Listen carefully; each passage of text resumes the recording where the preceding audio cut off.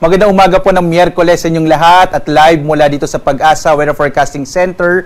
Narito nalagay na ating panahon ngayong September 11, 2024. Sa ating latest satellite images, makikita na natin na itong bagyo na binabantay natin sa labas ng Philippine Area of Responsibility mula sa pagiging tropical depression kahapon, ito ay tropical storm na ibig sabihin lumakas pa ito sa kategorya ng mga bagyo after po ng tropical depression ay tropical storm na ito. At ang susunod dito ay severe tropical storm. So ngayon may international name siya na bibingka. Ibig sabihin po pala ng bibingka, ito ay parang puding o parang bibingka rin dito sa atin sa bansa. At ito ay nagmula naman sa Macau, China. Ito po yung nagbigay ng pangalan nitong bagyong ito.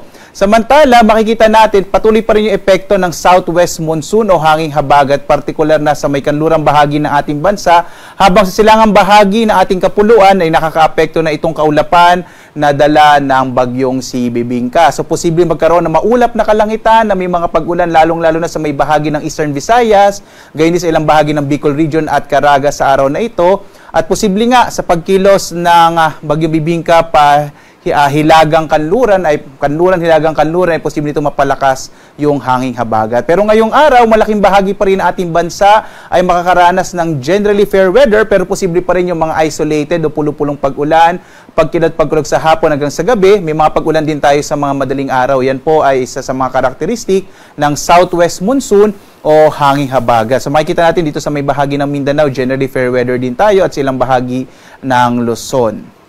At tingnan natin itong inaasahang magiging track ng bagyong si Bibingka. Kahapon, bandang alas 11 po ng gabi, naglabas tayo ng Tropical Cyclone Advisory. Kapag meron tayong bagyo na nasa loob ng around 145 degrees east, ay naglalabas tayo ng Tropical Cyclone Advisory twice a day, 11 p.m. at 11 a.m. Lalong-lalo na kapag ito ay posibleng pumasok ng Philippine Area of Responsibility. So makikita nga natin, maliit yung tsansa na maglandfall sa ating bansa ang bagyong si Bibingka, pero nakikita pa rin natin ang potential na palakasin ito yung hanging habagat. Kaya po ang nakikita natin sa pagkilos ng bagyong Bibingka pa northwest, posibleng magkaroon ng mga pag-ulan lalong-lalo na sa area ng Visayas at gayon din Southern Luzon. Ito yung Calabarzon, Bicol Region, Mimaropa, starting tomorrow. So bukas mararamdaman na natin yung epekto ng habagat, partikular na sa Kabisayaan. Pagdating ng araw ng Biyernes, Sabado, mararamdaman na rin ang epekto ng habagat, partikular na dito naman sa Mimaropa, Calabarzon, sa Metro Manila at Central Luzon. This weekend possible na medyo maulap yung kalangitan, na may makalat-kalat din ng mga pag-ulan. Posible din yung malalakas na mga pag-ulan sa Kabisayaan pagdating ng araw ng Biyernes, Sabado. So mag-ingat po tayo sa mga posibilidad ng mga biglaang pagbaha at pagguho ng lupa dahil sa posibleng lakas o epekto ng habagat sa mga susunod na araw. Makikita din natin sa track ng bagyong si Bibingka, araw po ng Biyernes hanggang Sabado, posible itong pumasok ng Philippine Area of Responsibility. Kung sakaling ito ay papasok ng PAR, ay ang magiging pangalan niya ay Ferdi. So yun po yung susunod na pangalan ng bagyo.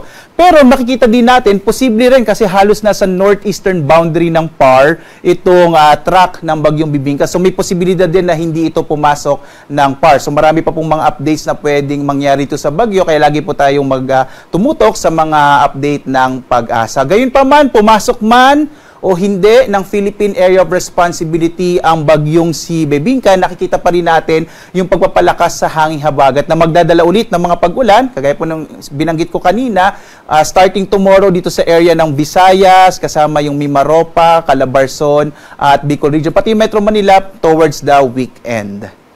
At narito ang magiging lagay ng panahon dito sa araw na ito, dito sa Luzon. Makikita natin yung trough o extension o mga kaulapan na dala ng bagyong Bibingka ay maaari na magdala ng maulap na kalangitan na may mga pagulan partikular na sa bahagi ng Sorsogon at Masbate. Sa nalabing bahagi naman ng Luzon, kasama na dyan yung Kamaynilaan, ngayong araw medyo mainit na panahon pa rin yung mararanasan, posible pa rin yung mga thunderstorms sa hapon hanggang sa gabi. Agwat ang temperatura sa Lawag hanggang 32 degrees Celsius, sa Baguio 17 to 23 degrees Celsius, sa Tuguegarao 25 to 34 degrees Celsius, sa Metro Manila naman 26 to 33 degrees Celsius, sa Tagaytay 23 to 31 degrees Celsius, habang sa Legazpi nasa 26 to 32 degrees Celsius.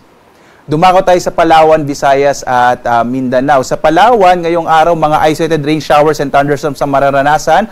Agwat ang temperatura sa Kalayaan Islands, 26 to 32 degrees Celsius. Sa Puerto Princesa, nasa 25 to 32 degrees Celsius. Ngayong araw naman, inaasahan din natin ang maulap na kalangitan na may mga pag-ulan sa Eastern Visayas dulot ng trough o extension ng low pressure or ng bagyong si Bibingka. Sa lalabing bahagi naman ng Kabisayan, generally fair weather pa rin pero may mga pag-ulan sa hapon hanggang sa gabi. Agwat ang temperatura sa Tacloban, 26 to 33 degrees Celsius. Sa bahagi naman ng Iloilo, 25 to 33 degrees Celsius. Sa Cebu naman, 26 to 33 degrees Celsius. Magiging maulap din na may mga kalat-kalat ng mga pag-ulan sa bahagi ng Caraga dulot ng trough ng bagyong si Bibingka. At sa nalabing bahagi naman ng Mindanao, mga isolated rain showers and thunderstorms ang siyang mararanasan. Agwat ng temperatura sa Zamboanga, 25 to 33 degrees Celsius. Sa Cagayan de Oro, 24 to 33 degrees Celsius. Sa Davao, 24 to 33 degrees Celsius. Ulitin ko po, no, sa paglapit ng bagyong si Bibingka, starting tomorrow, magiging maulan or maulap na kalangitan na mararanasan dito sa area ng Visayas, kasama din itong area ng Palawan. Samantala, wala tayong nakataas sa gale warning, kaya ligtas sa pumalat ang mga sakyang pandagat malilit na mga bangka sa mga baybay ng ating bansa, bagamat mag-ingat pa rin kapag meron tayong mga thunderstorms, maring lumakas yung alon ng karagatan.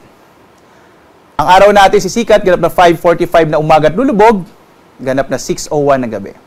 At sundan tayo sa itong iba't ibang mga social media platforms sa X, Facebook, YouTube at sa ating website pag-asa.doc.gov.ph para sa latest updates sa lagay ng ating panahon. Naglalabas tayo ng mga thunderstorm advisories, naglalabas po tayo ng mga rainfall information, heavy rainfall warning.